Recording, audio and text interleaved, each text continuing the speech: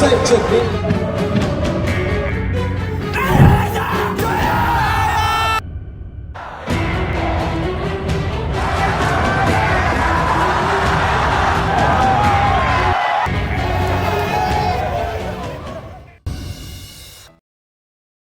Terungkap. Bertemu Patrick Kluivert, Zulkifly Syukur dan pelatih kiper Dewa United resmi jadi asisten timnas Indonesia. Pelatih Cina, Branko Ivankovic, timnas Indonesia itu tidak selevel Cina. Patrick Kluivert.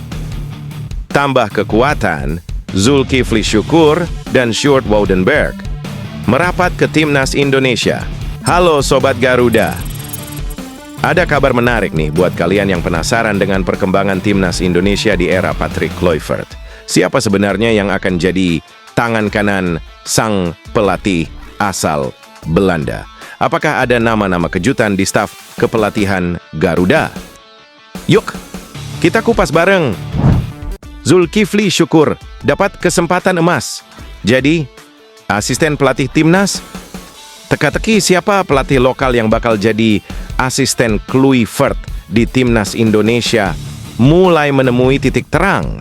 Mantan pemain timnas Indonesia, Zulkifly Syukur, baru-baru ini membagikan foto dirinya bersama jajaran staf kepelatihan timnas Indonesia di akun Instagram pribadinya. Zulkifly Enintiauz Syukur. Dalam foto tersebut, Zulkifly tampak berpose bersama Patrick Kluivert dan para asistennya yang berasal dari Belanda, seperti Alex Pastoor, Denny Lanzaat, Quentin Jacoba, dan Gerald van den Burg. Yang bikin heboh? Caption yang ditulis Zulkifly mengandung kata-kata diberikan kesempatan, yang langsung memicu spekulasi kalau dirinya resmi bergabung ke tim pelatih timnas Indonesia. Alhamdulillah, atas kesempatan yang sudah diberikan, tulis Zulkifly di postingannya. Banyak netizen yang langsung menebak bahwa Zulkifly telah dipilih sebagai salah satu asisten pelatih lokal timnas Indonesia. Jika benar, pengalaman Zulkifly di dunia kepelatihan jelas bisa membantu Garuda terbang lebih tinggi. Sebagai informasi, saat ini Zulkifly menjabat sebagai pelatih Persela Lamongan dan sebelumnya pernah melatih tim Sulawesi Tengah di PON 26 Aceh Sumut 2024. Sjoerd Woudenberg, pelatih kiper baru timnas Indonesia. Selain Zulkifly, nama lain yang mencuri perhatian adalah Sjoerd Woudenberg. Pelatih kiper Dewa United ini dirumorkan bakal merapat ke timnas Indonesia setelah dirinya terlihat dalam pertemuan dengan Patrick Kluivert dan staf kepelatihan Garuda. Kehadiran Woudenberg dalam momen ini semakin diperkuat dengan fakta bahwa kiper timnas Indonesia, Maarten Paes, sudah mulai mengikuti akun Instagram Woudenberg. Ini jadi sinyal kuat bahwa ia mungkin akan menjadi bagian dari tim pelatih Garuda untuk mengasah kemampuan penjaga gawang kita. Buat yang belum tahu, Woudenberg adalah pelatih kiper yang punya rekam jejak cukup mentereng di Eropa. Sebelum bergabung dengan Dewa United, ia pernah menangani kiper di klub-klub seperti KV Mechelen, Go Ahead Eagles, Ajax Youth, hingga Orlando Pirates. Kombinasi Belanda-Indonesia, Kluivert siap bawa Garuda terbang. Seperti yang kita tahu, Patrick Kluivert memang sedang mencari dua pelatih lokal untuk memperkuat jajaran staf kepelatihannya.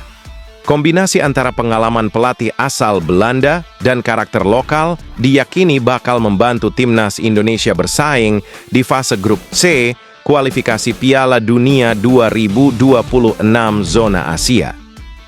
Dengan masuknya Zulkifly Syukur dan kemungkinan besar Sjoerd Woudenberg, Kluivert tampaknya serius membangun fondasi kuat di timnas Indonesia. Ini bukan cuma soal strategi di lapangan, tapi juga soal membangun mental dan budaya sepak bola yang lebih profesional. Sobat Garuda, gimana? Menurut kalian, jika benar Zulkifly dan Woudenberg, apakah bakal membawa dampak positif buat timnas? Atau ada nama lain yang lebih cocok menurut kalian? Pelatih Cina, Branko Ivankovic. Timnas Indonesia itu tidak selevel Cina. Kalian pasti sering dengar anggapan kalau timnas Indonesia masih jauh di bawah negara-negara besar Asia, termasuk Cina. Nah, baru-baru ini, pelatih timnas Cina, Branko Ivankovic, sempat mengeluarkan pernyataan yang bikin banyak orang berpikir kalau dia meremehkan Indonesia. Timnas Indonesia tidak selevel dengan China. Kalimat itu langsung bikin panas. Tapi, tunggu dulu. Apakah benar Ivankovic meremehkan Indonesia? Atau justru dia sebenarnya mengakui kekuatan Garuda yang sekarang? Jawabannya ternyata mengejutkan. Simak penjelasannya di bawah ini. Branko Ivankovic. Timnas Indonesia tidak selevel dengan China. Meski sempat terdengar seperti meremehkan, kalau kita perhatikan lebih dalam, Ivankovic justru memberikan pengakuan besar terhadap perkembangan Timnas Indonesia. Ia menegaskan bahwa saat China menang 2-1 atas Indonesia di kualifikasi Piala Dunia 2026 Oktober lalu, pertandingan tersebut adalah laga tersulit bagi timnya. Pertandingan melawan Indonesia adalah yang paling sulit dan sensitif, ujar pelatih asal Kroasia itu dalam wawancara dengan CCTV Football Night. Ternyata, Ivankovic tidak sedang meremehkan. Justru, dia mengakui kalau Indonesia kini jauh lebih kuat dari yang banyak orang pikirkan. Dulu diremehkan, sekarang diwaspadai. Publik China selama ini menganggap timnas Indonesia jauh di bawah mereka. Secara ranking FIFA pun, China masih unggul cukup jauh.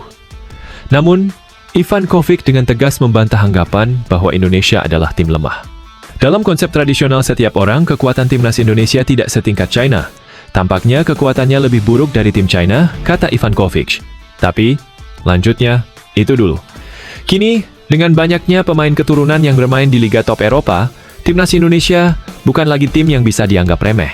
Indonesia sekarang memiliki 15 pemain yang berkarir di negara seperti Belanda, Italia, dan Belgia. Situasi mereka saat ini tidak sama seperti sebelumnya. Jelasnya, dan ini bukan sekadar omongan. Ivankovic menyoroti kemenangan Indonesia 2-0 atas Arab Saudi sebagai bukti nyata bahwa Garuda sudah makin kompetitif. Dalam pertandingan terakhir tahun lalu, mereka mengalahkan Arab Saudi 2-0. Itu menunjukkan kualitas mereka yang sebenarnya. Tambahnya, era baru Timnas Indonesia di bawah Patrick Kluivert. Selain skuad yang makin kuat, Timnas Indonesia juga memasuki babak baru dengan kedatangan Patrick Kluivert sebagai pelatih kepala. Legenda Belanda itu menggantikan Shin Tae-yong dan diharapkan bisa membawa Indonesia naik ke level yang lebih tinggi. Dengan kombinasi pemain keturunan berkualitas, peningkatan performa tim, serta kepemimpinan baru di tangan Kluivert, sekarang pertanyaannya, apakah Timnas Indonesia sudah benar-benar setara dengan China? Atau bahkan bisa melampauinya? Tulis pendapat kalian di kolom komentar. My name is Patrick Kluivert. Jairo Riedewald batal perkuat Timnas Indonesia. Lawan Australia, Sobat Garuda. Ada kabar kurang menyenangkan nih soal naturalisasi Jairo Riedewald. Menteri Pemuda dan Olahraga Menpora Dito Aryo Tejo memastikan kalau berkas naturalisasi gelandang bertahan, Royal Antwerp itu belum masuk ke Kemenpora.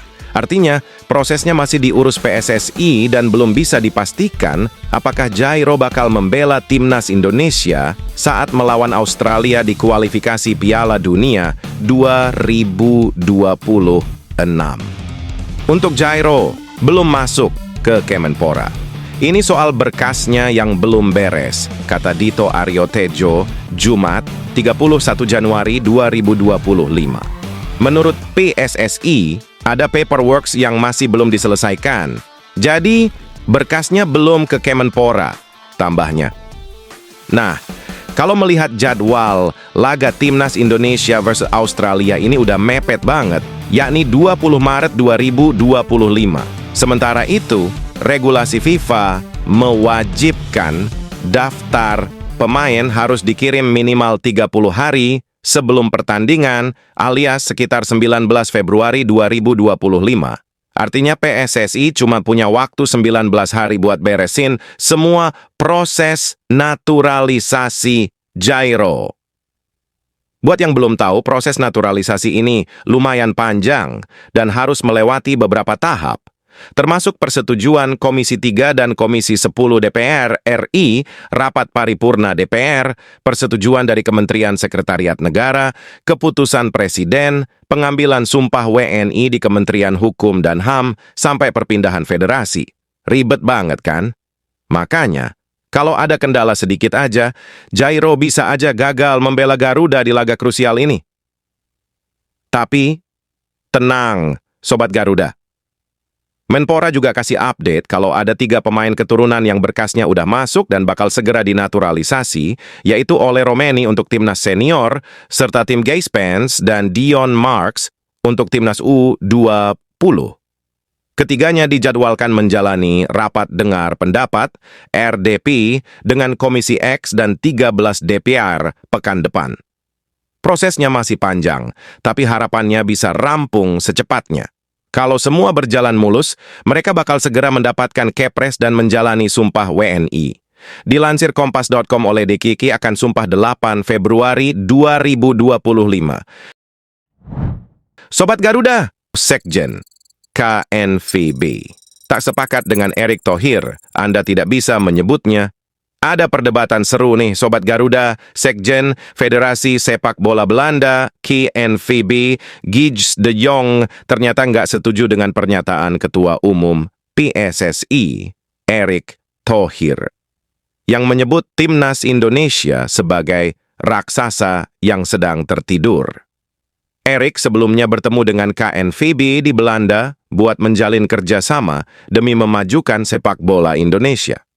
Dalam pertemuan itu, ia menegaskan bahwa skuad Garuda adalah raksasa yang tertidur dan siap bangkit.